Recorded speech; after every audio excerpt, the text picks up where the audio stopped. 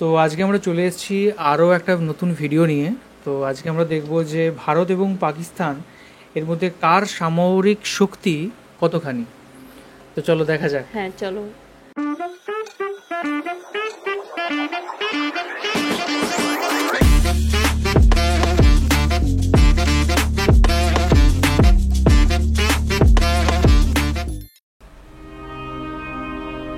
ভারত ও পাকিস্তান 1947 সালে ব্রিটিশ শাসন থেকে স্বাধীনতা অর্জনের পর থেকে রাজনৈতিক ও সামরিক উত্তেজনার মধ্যেই রয়েছে।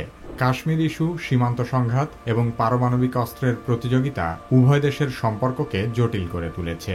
আমাদের অনেকের মনেই প্রশ্ন যে ভারত পাকিস্তান যুদ্ধ শুরু হলে কে জিতবে। এর উত্তরটা আসলে বেশ জটিল। দুই দেশের সামরিক জনবল, অস্ত্রশস্ত্র, প্রতিরক্ষা বাজেট, পারমাণবিক ক্ষমতা এবং কৌশলগত নীতি ও অবস্থান সহ আরও বেশ কিছু বিষয়ের উপর যুদ্ধের ফলাফল নির্ভর করে। ভারত ও পাকিস্তানের সামরিক সক্ষমতার একটি তুলনামূলক চিত্র উপস্থাপনের চেষ্টা করা হবে কি কেন কিভাবে এই পর্বে। কি কেন কিভাবে চ্যানেলে আপনি নতুন হলে অনুরোধ করব সাবস্ক্রাইব করে বেল আইকনটিতে ক্লিক করুন।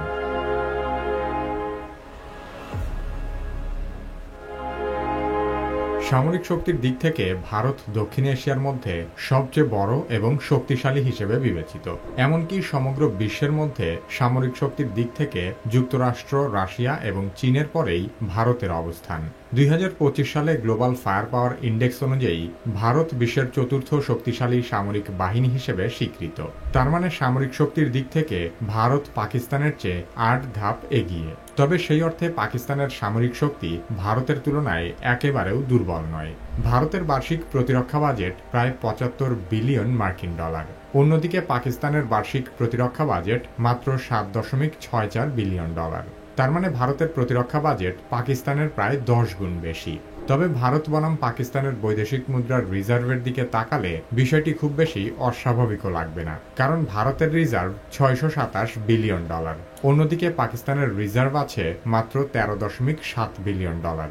জনসংখ্যার দিক থেকেও ভারত পাকিস্তানের চেয়ে অনেক এগিয়ে। ভারতের জনসংখ্যা 140 কোটির বেশি। 2022 সালে ভারত বিশ্বের সবচেয়ে জনবহুল দেশ হিসেবে চীনকে ছাড়িয়ে গেছে। অন্যদিকে পাকিস্তানের জনসংখ্যা প্রায় 25 কোটি। সে কারণে ভারতে সেনা সদস্যের সংখ্যাও অনেক বেশি। আধুনিক সামরিক শক্তি মূলত প্রযুক্তি, প্রশিক্ষণ, কৌশল এবং অস্ত্রের মানের উপর নির্ভর করে। সেনা সদস্যের সংখ্যা একটি দেশের সামরিক সক্ষমতার জন্য গুরুত্বপূর্ণ, তবে এটি সামগ্রিক সামরিক শক্তি নির্ধারণের একমাত্র সূচক নয়।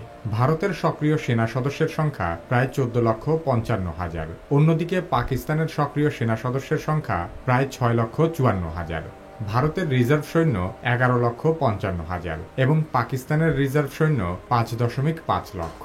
ভারতের আধা সামরিক বাহিনীর সদস্য 25,27,000 এবং পাকিস্তানের আধা সামরিক বাহিনীতে প্রায় 5 লক্ষ সদস্য রয়েছে। ভারতের ট্যাঙ্কের সংখ্যা 4,201টি। পাকিস্তানের ট্যাঙ্ক আছে 2,627টি।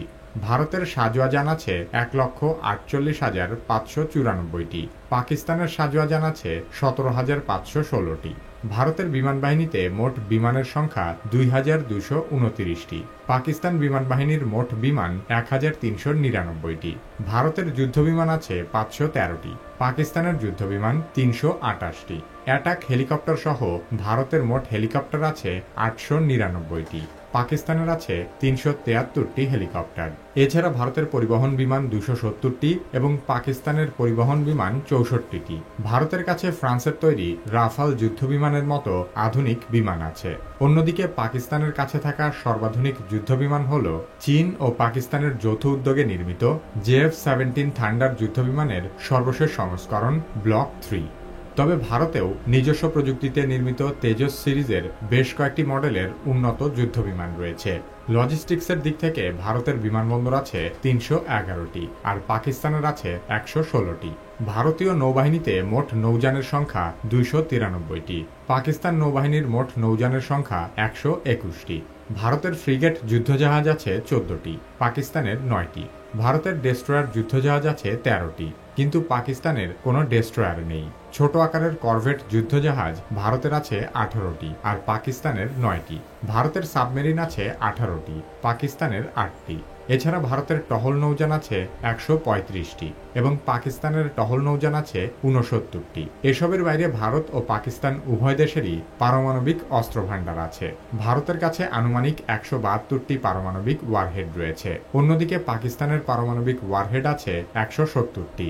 ভারত নো ফার্স্ট ইউজ অর্থাৎ প্রথমে পারমাণবিক অস্ত্র ব্যবহার না করার নীতিতে অটল। তার মানে ভারত শুধুমাত্র আত্মরক্ষার প্রয়োজনে পারমাণবিক অস্ত্র ব্যবহার করবে, কিন্তু পাকিস্তান নো ফার্স্ট ইউজ নীতিতে প্রতিশ্রুতিবদ্ধ নয়। তারা অস্তিত্বগত হুমকির মুখে প্রথমে পারমাণবিক অস্ত্র ব্যবহার করতে পারে। ভারতের পারমাণবিক অস্ত্র বহনের জন্য ভূমিভিত্তিক অগ্নি সিরিজ, সমুদ্রভিত্তিক আরিহান্ট শ্রেণীর সাবমেরিন এবং বিমান ভিত্তিক একাধিক প্ল্যাটফর্ম রয়েছে। অন্যদিকে পাকিস্তানের পারমাণবিক অস্ত্র বহনের জন্য শাহিন ও গাজনাভি সিরিজের ব্যালিস্টিক মিসাইল রয়েছে। ভারত ও পাকিস্তান উভয় দেশই তাদের পারমাণবিক অস্ত্রের সংখ্যা ধীরে ধীরে বাড়াচ্ছে, তবে পাকিস্তান এক্ষেত্রে এগিয়ে আছে বলে ধারণা করা হচ্ছে। 2025 সালের মধ্যেই পাকিস্তানের নিউক্লিয়ার ওয়ারহেড 200 থেকে 250 পর্যন্ত পৌঁছাতে পারে। উপরের পরিসংখ্যান থেকে স্পষ্ট হয় যে পারমাণবিক শক্তি, প্রযুক্তি ও সরঞ্জামের দিক থেকে ভারত পাকিস্তানের তুলনায় উল্লেখযোগ্যভাবে এগিয়ে রয়েছে। তবে পাকিস্তান পারমাণবিক অস্ত্রের মজুদ এবং পরিস্থিতি অনুযায়ী পারমাণবিক অস্ত্রের ব্যবহারের নীতিমালার দিক থেকে অনেক সুবিধাজনক অবস্থানে আছে। পাকিস্তান স্বাধীন হওয়ার পর থেকে বারবার গণতন্ত্রের ব্যাঘাত ঘটেছে। দেশটি বেশিরভাগ সময়ই সামরিক বাহিনীর শাসনে পরিচালিত হয়েছে। শুধু তাই নয়, পাকিস্তানের সেনাবাহিনী দেশের রাজনীতি, প্রশাসন এমনকি অর্থনীতির একটি বড় অংশ নিয়ন্ত্রণ করে। পাকিস্তান সেনাবাহিনীর রয়েছে নিজস্ব ব্যবসায়িক সাম্রাজ্য, ব্যাংক, আবাসন প্রকল্প, এমনকি খাদ্যপণ্য উৎপাদন ও বিপণনেও তাদের নিয়ন্ত্রণ রয়েছে। ফলে যুদ্ধ বা সংঘাতের সময় পাকিস্তান সেনাবাহিনী দ্রুত সিদ্ধান্ত নিতে পারে, যা একটি যুদ্ধের মোড় ঘুরিয়ে দেওয়ার জন্য অত্যন্ত জরুরি। অন্যদিকে ভারত অন্তত কাগজে কলমে একটি গণতান্ত্রিক রাষ্ট্র, তাই যুদ্ধের নীতি নির্ধারণে রাজনৈতিক নেতৃত্বের সক্রিয় ভূমিকা রয়েছে এবং সামরিক পদক্ষেপ গ্রহণে বিভিন্ন স্তরের পর্যালোচনা দরকার হয়। ভারতের একটি জটিল চ্যালেঞ্জ হল তাদের সামরিক শক্তির বড় একটি অংশ চীন সীমান্তে ব্যস্ত থাকে। বিশেষ করে লাদাখ ও অরুণাচল প্রদেশ এলাকায় ভারত চীনের দিক থেকে বরাবরই বেশ চাপের মধ্যে থাকে। এছাড়া বাংলাদেশের সঙ্গে ভারতের রয়েছে বিশাল স্থল সীমান্ত, সেটিও কৌশলগতভাবে অনেকটাই সংবেদনশীল। গত কয়েক মাসে পরিস্থিতি আরও জটিল হয়েছে, কারণ শেখ হাসিনা সরকারের পতনের পর ভারত বাংলাদেশ সম্পর্কও নাটকীয়ভাবে পরিবর্তিত হয়েছে। অতীতে বাংলাদেশকে মিত্র রাষ্ট্র হিসেবে বিবেচনা করলেও এখন ভারত নীতিগতভাবে বাংলাদেশকে একটি সম্ভাব্য হুমকি হিসেবে দেখতে শুরু করেছে, বিশেষ করে প্রধান উপদেষ্টার 7 সিস্টার্স সম্পর্কিত বক্তব্যের পর থেকে। অন্যদিকে ভারতের বিপক্ষে পাকিস্তানের আরও একটি বড় সুবিধা রয়েছে, আর তা হল পাকিস্তানের সবচেয়ে ঘনিষ্ঠ মিত্র চীন। ভারত চীন সম্পর্ক বরাবরই টানাপোড়েনের মধ্যে রয়েছে। ফলে যুদ্ধ পরিস্থিতিতে চীন ও পাকিস্তানের দ্বৈত চাপ ভারতের কৌশলগত অবস্থান এবং নৈতিক ভিত্তি অনেকটাই দুর্বল করে দিতে পারে। এছাড়াও পাকিস্তান তুলনামূলক অর্থনৈতিকভাবে দুর্বল হলেও তারা দীর্ঘদিন ধরে সামরিক খাতে ব্যাপক অর্থ ব্যয় করে চলেছে শুধুমাত্র ভারতকে মোকাবেলা করার জন্য। তাই পাকিস্তান না খেয়ে হলেও ভারতকে দমন করার বিষয়ে কোনো ছাড় দিতে চাইবে না। প্রথাগত যুদ্ধে যদি পাকিস্তানের অবস্থান ভেঙেও পড়ে, সেক্ষেত্রে পাকিস্তান ভারতের আগে পারমাণবিক হামলা চালাতে পারে।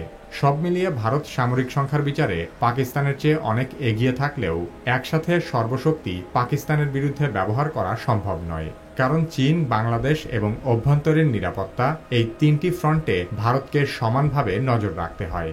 তো আমরা দেখলাম যে ভারত এবং পাকিস্তান এই দুজনের মধ্যে কার সামরিক শক্তি কতখানি। তো বলো, তোমার কিরকম লাগলো? আমার তো দেখে ভালোই লাগলো, আর এখান থেকে বুঝতে পারলাম যে ভারতের কতটা সামরিক শক্তি আছে আর বাংলাদেশের কতটা, না বাংলাদেশের নয় পাকিস্তানের সামরিক শক্তি আছে। এখানে ভারতের তুলনামূলকভাবে অনেক বেশি আছে, পাকিস্তানের কম আছে। মানে যুদ্ধ সম্পর্কে কিছু বলতে চাই না, আমরা চাই যে দুটো দেশের মধ্যেই একটা বন্ধুত্বপূর্ণ সম্পর্ক হোক দুটো দেশের, কারণ যুদ্ধ হলে অনেক সাধারণ মানুষ মারা যায় আর অনেক ক্ষয়ক্ষতি হয়। তার জন্য আমি চাইবো যে দুটো দেশেই যদি বন্ধুত্বের মতো একসাথে থাকে, ভারত পাকিস্তান পাশাপাশি পুরো বন্ধুত্বপূর্ণ, তাহলে সেটাই সবথেকে বেশি ভালো হবে, শান্তি বজায় থাকবে। এটা আমরা এমনি ভিডিওটা দেখলাম।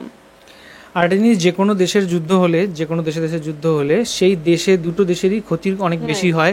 এবং হচ্ছে বলে নাকি যে যুদ্ধ কোনো দেশে হলে সেই দেশ নাকি 10-20 বছর পিছিয়ে যায়। তবে এটাও সত্যি সত্যি যে কাশ্মীরে যে ঘটনাটা ঘটেছে সেটা সত্যি খুব বাজে একটা ঘটনা এবং সত্যি নিন্দনীয়, এবং এটা কোনোভাবেই সাপোর্ট করা যায় না, এবং কোনোভাবেই এটার কোনো মানে নেই, কোনো ব্যাখ্যা নেই, তাই না? তো সেক্ষেত্রে স্ট্রিক্ট অ্যাকশন নেওয়াটা খুব দরকার। হ্যাঁ, যেসব জঙ্গি সংগঠনরা বা যারা যারা এই কাণ্ডগুলো ঘটিয়েছে তাদেরকে যেন উৎখাত করা হয় এবং তাদেরকে যেন তার সঠিক ব্যবস্থা নেওয়া হয়, যারা বা যে এই কাজের সাথে যুক্ত বা যারা যারা মদতপুষ্ট তাদেরকে যেন সঠিকভাবে সহায়তা করে, এটা কিন্তু অবশ্যই দরকার। তো এই ছিল আমাদের ভিডিও আজকে। জাস্ট দেখলাম যে ভারত এবং পাকিস্তান কার সামরিক শক্তি কতখানি, খুব সুন্দরভাবে ভিডিওটা রিপ্রেজেন্ট করা হয়েছে ছবি টবির সাথে। তো দেখে খুব ভালো লাগলো। আর থ্যাংক ইউ সো মাচ আপনাদের ভিডিও দেখার জন্য। আর আমাদের সোশ্যাল মিডিয়া ফলো করতে পারেন, আমাদের লিঙ্ক নিচে দেওয়া থাকবে, সেখানে গিয়ে অবশ্যই ফলো করুন। আর কোন কোন বিষয়ের উপর আমরা ভিডিও বানাতে পারি সেটাও কমেন্টে জানাতে পারেন। আর এখনকার মতো এই পর্যন্তই, দেখা হবে নেক্সট ভিডিওতে। টাটা সবাই, টাটা।